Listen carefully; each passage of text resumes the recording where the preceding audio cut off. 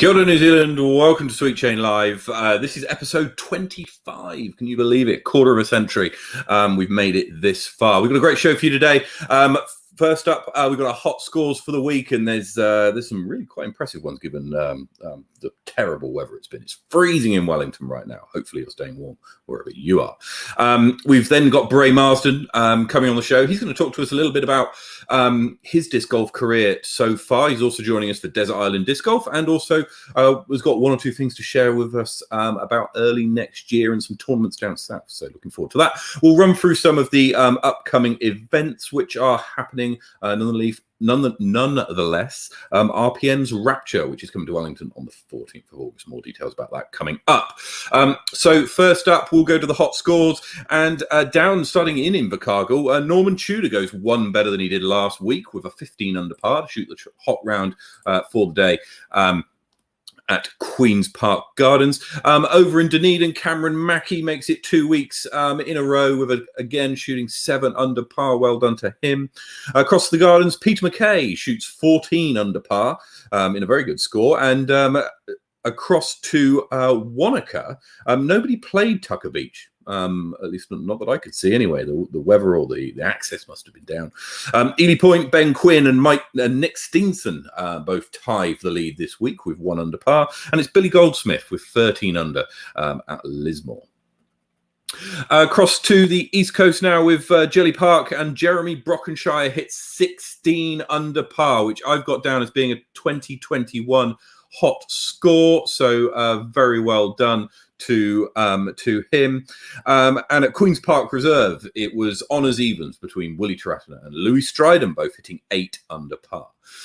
Brooker Ave saw some fireworks. Tyler Malzard hits 9 under par at Brooker Ave. Fantastic round there. And at Berrenport, we had a 4-way tie. Dylan Johnson, Stan Morris, Team Sweet Chains, Brady Cush, and Andy Davey, all hitting 4 under par. And it was Andy Davey with a hot round at Hosco last weekend to shoot 5 under par and take away the win this week. And up at Harcourt Park, Mark Vanderpost hits 3 under par for the second week in a row. So well done to him. It's up at Linklater, and Joel Simpson is just owning that course right now. 7 of the best rounds this week, including a 7 under par being the pick of the bunch. And Inglewood, Connor McKinstry, easy for me to say, shoots a 3 under par in what is the best score up there for a while. Over at Tucker Beach, and it's Wellington's Dylan Johnson hits 6 under par on the blue course at Spa Park. And at Henderson, McLaren Falls, Ollie Webb, another Wellingtonian, hits evens in a very, very good round there. Up to Auckland and Henderson Park, it's Luke Marsden hits 5 under par. There's a 3-way tie for the lead at Woodhill Reds. Richard Worston, Peter Leto, and Tim Marshall all hitting evens up in the city of Sales. So very well done to everybody this week for the hot scores. And some different names coming up each week, which is great to see, and also some very good 2021 bets coming out. Particularly shout out to Jeremy Brockenshire. Not too many mistakes made in that 16 under par round, that's for sure. Now, my guest tonight is a chap that a lot of you know, and some of you may not. And actually, he first appeared. He's one of the first guests on Sweet Chain Live. First appeared on Sweet Chain Live episode 3, if you can believe that. We were doing things back then. So I'd like to welcome at this time Bray Marsden. Good evening, Bray. Kia ora. G'day. How are you? Good, thank I'm you. very How are good. you? Thank you. I'm very good. Now, it's been some time since we had you on the show, and then we were talking a little bit about the upcoming Southern Smash. We'll talk a little bit about plans for the 2022 edition of that a little bit later. But really, this is an opportunity for people to get to know you a little bit more. How did you get into disc golf, and what's your journey been so far? So I was introduced to disc golf the very start of 2019 by Jeremy Hawkes, who's a bit of a local legend down here, and fell in love like instantly. Like he'd been trying to get me out to play for about a year beforehand, and I hummed and hard and still kick myself to this day about that. But we got there in the end, and I fell in love instantly, and I was buying discs everywhere, left, right, and centre, and bought a bag, and I played the Smash within 3 weeks of playing disc golf. Signed up to the PDGA. I was off, and I just haven't looked back since. Hey, played about 5 or 6 tournaments in my first year, and then 9, I think, in the second year. Oh wow! Now so first year was just getting my head around it and learning how to play, and then this is now like my second proper year on tour. So yeah, very much feet first. Yeah, just snowball day. And a few $100 later. Well, I mean, we see you entering a lot of tournaments. That's something that we see. You travel a lot, and you get to many tournaments. Have you got a particular favourite that you've been to so far? And you can't say any of the home ones. You've got to say an away tournament. What's your favourite away tournament? There's only one that stands out above the rest, and that is the Wahitapu at Lake Oho. That is the pinnacle. Yeah, it is. Yeah, the finale, the atmosphere, the vibes, the course. Yeah, it's just spectacular. Yeah, recommendation for anyone playing, eh? Yeah, I'd say sign up, but you had about 40 minutes to do that. So, as with a lot of events, actually, Good stuff. So, if you've not been playing that long, you're part of NZDSS, Team NZDSS. Yep. Tell us a little bit about how you got on board there. So, it came out of the blue. Morgan approached me and he said, how would you feel about elevating your game in a team environment with a network around you? And I said, I'd love that. I said, let me think about it, and just kiddingly, and said yes straight away about jumping into the team, and started off on a development contract, which was awesome. Just, got to work with Cam Hubbard and, Leon, who runs DSS, sets everything up for me and helps me out and all that jazz. And the team vibe when we're together and, just chatting away, and it's just a great thing. And I feel like it's helped me elevate my game. So. Oh, good stuff. And no looking back now, eh? Because you've got how many more tournaments you playing this year?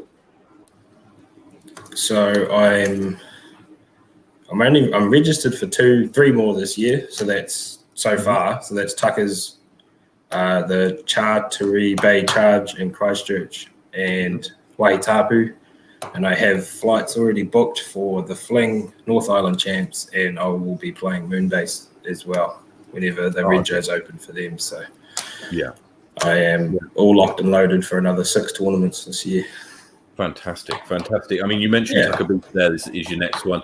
That's on the 27th of this month. 22nd, 3rd, 4th. 24th of this month. Sorry, 27th is Tuesday. Yep, there it is. 24th of this month. So in a couple of weeks' time, we'll have a few previews about that, and we'll be talking to people in and around the tournament when it comes a little bit closer to that. So stay tuned. Good stuff. Right. Okay. So we'll jump into Desert Island Disc Golf to try and get a little bit of a sense of what you're throwing these days and what maybe some of the inspirations for disc golf are. So the premise is that you've been stranded on a desert island. Fortunately, this desert island has a disc golf course. Hallelujah. Well, indeed. And however, up until you've been stranded, and with you've been stranded with 3 of your discs. So, what discs do you have with you, and why? All right. So, first of all, I will be taking my blank stamp because I wiped it. Bubblegum blue putter. It's a Yeti Pro AVR.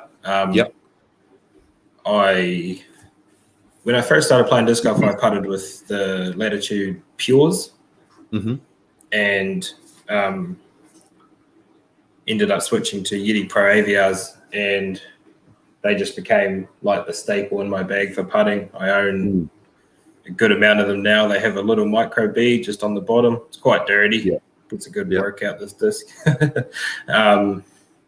I have to number all my putters so I know how beaten in they get. Can you see that in there?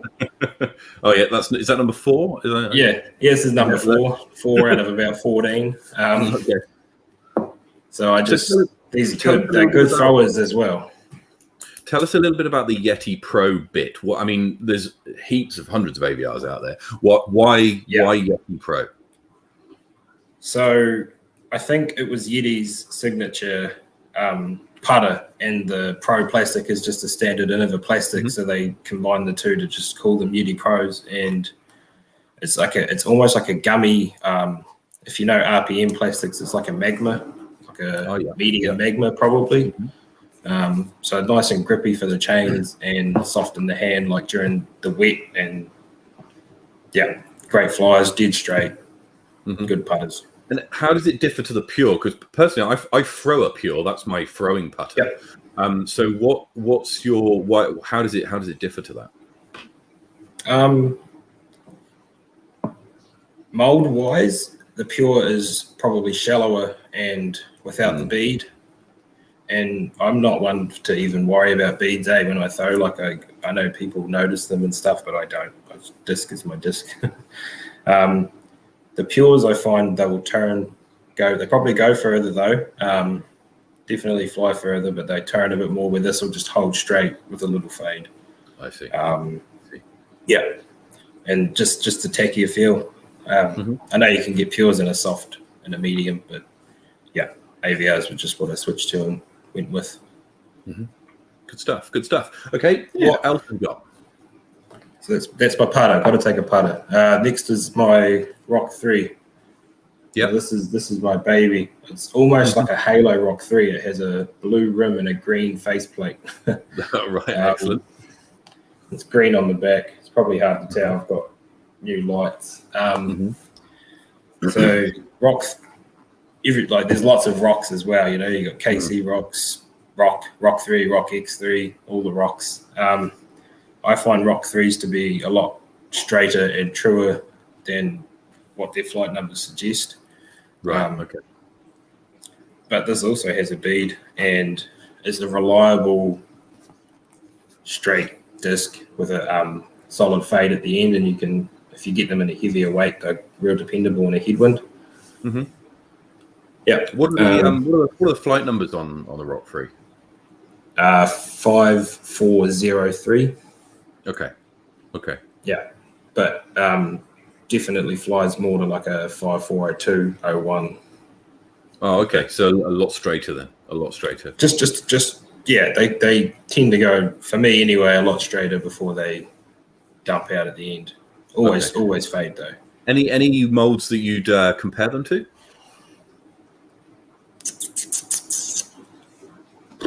It's a little bit less dumpy. Would it fly like a Kotuku?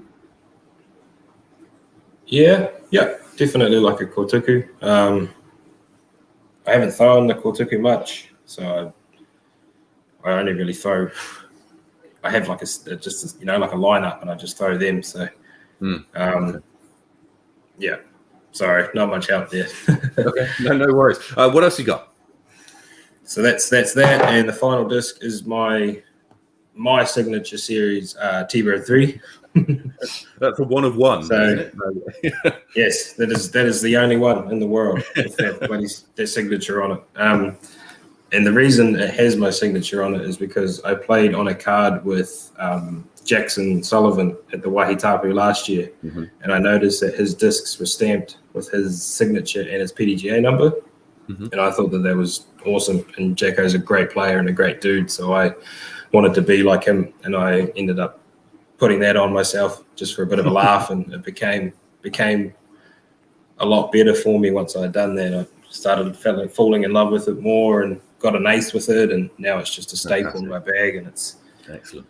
That's got to come with me to the island. So excellent. So that is your signature disc as well. That's fantastic. It is my signature T-Bird 3.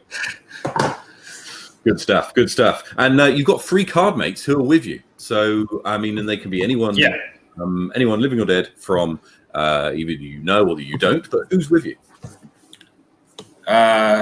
So the first person that is stranded with me on the desert island it's got to be Cam Hubbard. There's not many people in like the world that I trust with more than anything, and that's Cam. Like, he has been there for me for my whole growth of my game, pretty much before I was even on the team.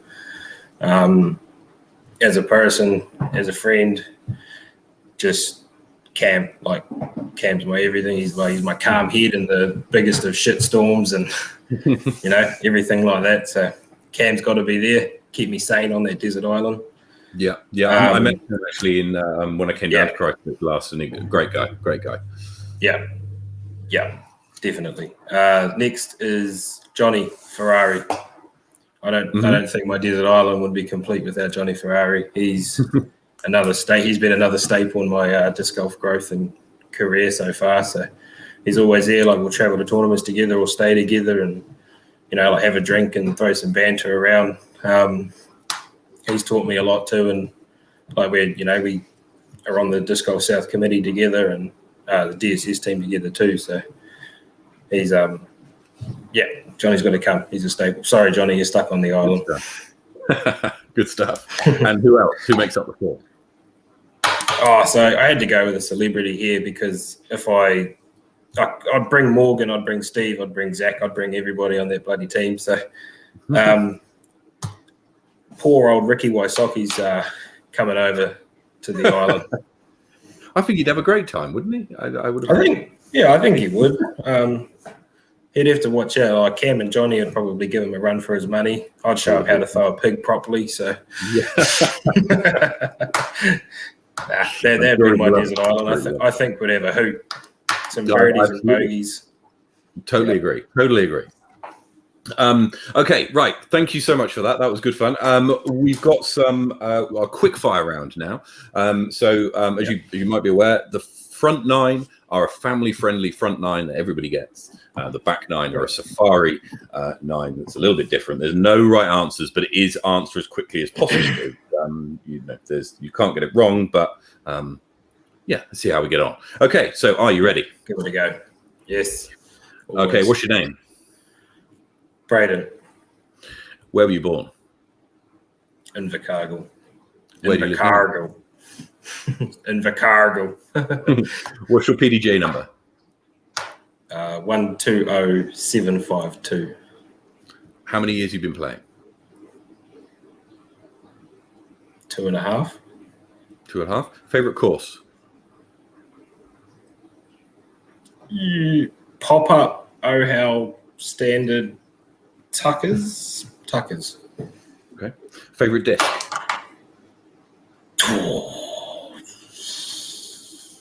T-Bird 3. T-Birds. Favorite MPO player? Waisaki. Favorite FPO player? Tristan Tatar. Good stuff. Right, on to the back nine. Here we go. Union or League? Union. Christchurch or Wellington? Careful. Christchurch. Sorry. Balustrade or banister? Balustrade. Top or bottom? Top. Left or right? That's it. What was that? Sorry. Left or right? Always left. Front or back? Front. Destroyer or Wraith? Destroyer. Family friendly or safari? Family friendly. Field work or practice basket? Practice basket. Good stuff. Thank you very much, Bray, for coming on. That's all right. And taking us through that. Your next tournaments are Tucker Beach, and then what's the one after that? The Chartery Bay Charge. Charteris Bay Charge, and that's in August, I think, the week before. Yeah, August 22nd. Yep. Good stuff. So we'll catch you in action there, and you'll be able to follow how Bray gets on. during all of his tournaments coming up between now and the end of the year. Any targets you got for yourself between now and the end of the year? Hello? Oh, are you still there? I thought we were having that happen again. I thought that was just happening again. I'm so glad that didn't happen. Before I shoot away quickly, I just want to announce about next year's Southern Smash. We have the dates locked in for everybody watching. You get a wee head start. So the dates for next year's Southern Smash are locked in. It's going to be a 3-day event with tea times. The 11th, 12th, and 13th of February, 2022. February. Yeah. So Valentine's Day weekend, you can make that. Yeah. So that'll be great. Yeah, you can get home on Monday to spend Valentine's Day with the wahine or the tama, and so that's locked in. And registration will be opening in the next few weeks, month-ish, and it sold out very quick last year. So it certainly did. Yeah, it certainly did. So you're gonna don't sit on it. Yeah, indeed. Ideal, excellent. Bray, thank you so much for joining us today. Anything else you wanna add? Any shout outs? Oh, I'd get ripped if I didn't shout out the boys. So I'd send a shout out to the Stephen and Morgan, Zach, Phil, Isaac. Yeah, got to shout out the boys. Good stuff. Thank you so much for joining us, and we'll catch you on the tour. We'll see how you get on for the rest of this year. Very best of luck, and speak to you again soon. Cool. Cheers, Bray. Thank you. All right. Cheers, Bray. Excellent. Bray Marsden there gets to pretty much every tournament that's on the New Zealand Disc Golf Tour. So I'm sure that if you attend one, then you can you'll meet him there. Now, some events which are coming up. The next one we've got is the 1st of August. So the Throw Pink event down in Christchurch, which is a 1-day event on the Sunday, it has sold out. So if you're going to make it there, I shall see you there. If you can't make that and you're in Wellington, then Kaitoki Waterworks, there's going to be a 1-day event there on the Sunday, the 1st of August. Baskets will be available on Saturday afternoon, and then the course is in play on Sunday. There's a Facebook event for it. Woodhouse Disc Golf are helping to run that. So get in contact with them if you want to be involved. Next after that is Rapture, which is in Wellington again on the 14th of August. So in your players pack, you will receive a Peka Peka, a Kotuku, and then either a Tui or a Ruru. And those discs are going to arrive pretty soon, actually. So look out for advanced previews of those player packs. There's literally a handful of spots left. So if you want to get involved, head over to the Facebook event and sign up. It's just $50, and that gets you a whole day's worth of disc golf, 3 great discs. We're playing doubles in the morning and then singles in the afternoon with MA1, FPO and MPO divisions available. As Bray was talking about, the Tucker Beach Rush is on in just over 2 weeks' time. So we'll have more previews coming up in future episodes to talk about that. And lastly, Fault Line Fury, which is coming to you on the 28th of August, is registration for that opens on Sunday this week, Sunday night at 6 o'clock. Make sure that you tune in and you've got your alarm set for that. I think it's going to be it's going to be huge. They've got like 90 odd spots available. So, but make sure that you get your rego in early because to avoid disappointment. Finally, the RPM's new Peka Peka is released tomorrow at 9 a.m. We'll have some on the site going live at 9 o'clock. So head over to sweetchainmusic.co.nz to get yourself a new Peka Peka. Anyway, that's it from me. Thank you very much for joining us today. We'll be back next week. And on the show next week, we'll have Ben Wheellake, who will be joining us. He'll be talking about his disc golf career, which has been very interesting to date. And so we'll be talking to him, and he'll be joining us for Desert Island Disc Golf and a little bit of a summary to talk about his plans for the rest of this year and what he's been getting up to. So thank you very much for joining us. Take it easy, stay warm, and I'll see you next week. Cheers.